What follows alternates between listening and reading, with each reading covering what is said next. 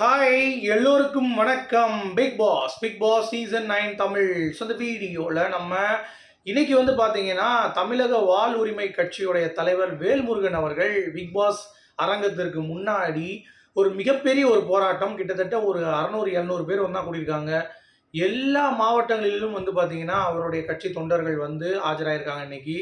So எதனால் அப்படின்னு சொல்லி பார்த்தீங்கன்னா பிக் பாஸ் நிகழ்ச்சியை ரத்து செய்ய வேண்டும் அப்படின்ற ஒற்றை கோரிக்கையுடன் களமிறங்கியிருக்காங்க. ஸோ ஏற்கனவே சொன்னாங்க, இந்த மாதிரி இதை பற்றி நாங்கள் தமிழக சட்டமன்றத்திலே நாங்கள் பேசிட்டோம், அதற்கான ஒரு விடிவு காலமே இன்னும் வரல, அதனால தான் இந்த முடிவு எடுத்திருக்கோம்னு சொல்லிட்டு பல கோரிக்கைகளை விஜய் டிவிக்கும் ஜியோ ஹாட்ஸ்டாருக்கும் அப்புறம் தமிழக அரசுக்கும் வச்சுருக்காங்க. ஒரு வார்னிங் கொடுத்துருக்காங்க, இதுக்கு மேலே ஏதாவது ஆச்சுன்னா நாங்கள் என்ன பண்ணுவோம்னு நாங்கள் காட்டுவோம் அப்படின்னு சொல்லிட்டு. ஸோ என்னன்னு தெரியல. ஸோ மேபி அவங்க டீல் பண்ணுறது எப்படி, ஸோ கார்பரேட் பார்த்தீங்கன்னா காசு கொடுத்து இவரை கரெக்ட் பண்ணுறது ரெடி பண்ணுவாங்களா இல்லை என்ன அப்படிங்கிறது தெரியல. அதை பற்றி தான் முழுசாக நம்ம இந்த வீடியோவில் பார்க்க போகிறோம். ஸோ வீடியோவில் போகிறதுக்கு முன்னாடி சேனலுக்கு வந்திருந்தீங்க அப்படின்னா கண்டிப்பாக சப்ஸ்கிரைப் பண்ணிக்கோங்க, இல்லை சப்ஸ்கிரைப் பண்ணலைன்னா பண்ணிக்கோங்க. வீடியோவை லைக் பண்ணி சப்போர்ட் பண்ணுங்கள். நான் லைக் பண்ணினா இன்னும் நிறையா பேருக்கு இந்த வீடியோ சென்றடையும் அப்படின்றதுனால நான் கேட்குறேன். இப்போ நம்ம வீடியோக்குள்ளே போகலாம்.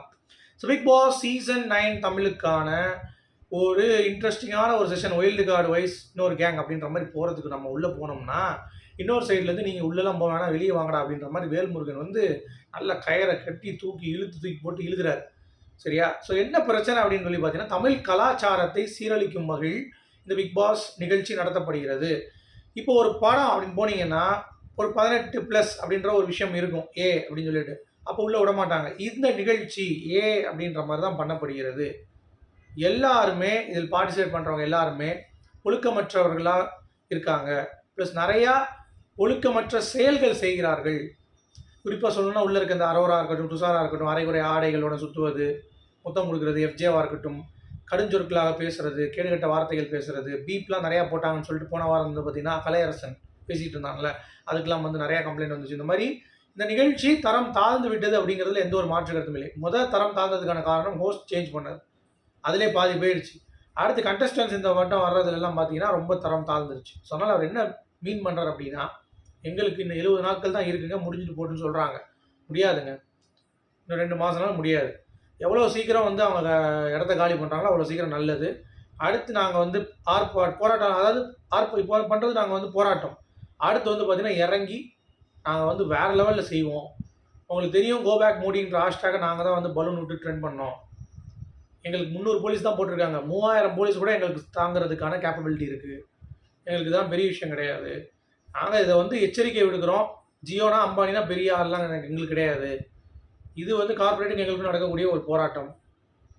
இதில் எத்தனை பெண் பிள்ளைகள் வந்திருக்காங்கன்னு பாருங்கள், எங்கள் கட்சி சார்ந்து ரெப்ரசன்ட் பண்ணியிருக்காங்க. ஸோ எல்லாத்துக்கும் ஒற்றை நோக்கம்தான், தமிழ் கலாச்சாரத்தை சீரழிக்கும் வகையில் இந்த நிகழ்ச்சி நடைபெற்று கொண்டிருக்கிறது. அதை நீங்கள் மாற்றுங்கன்னு சொல்லியிருக்கோம், அதை இன்னும் மாற்றலை. இன்னமும் அதே பேட்டர்னில் தான் நடந்துகிட்ருக்கு.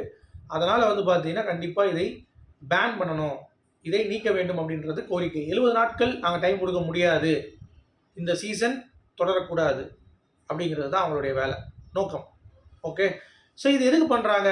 நிறைய பேர் கேட்கலாம், காசு இன்னும் கொடுக்கலையா அப்படின்ட்டு. ஆப்வியஸாக இருக்கலாம், ஏன்னா இந்த ஷோ அந்தளவுக்கு போகல. டிஆர்பி 3ல் தான் சிக்கிட்டு இருக்கு.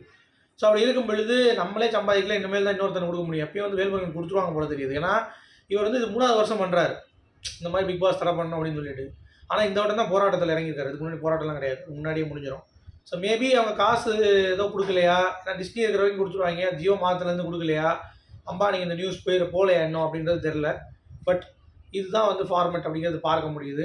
அதனால் பிக் பாஸ் நிகழ்ச்சி தடை விதிக்க கோரி அவங்க சொல்கிறாங்க. பட் அதை கேட்பாங்களா?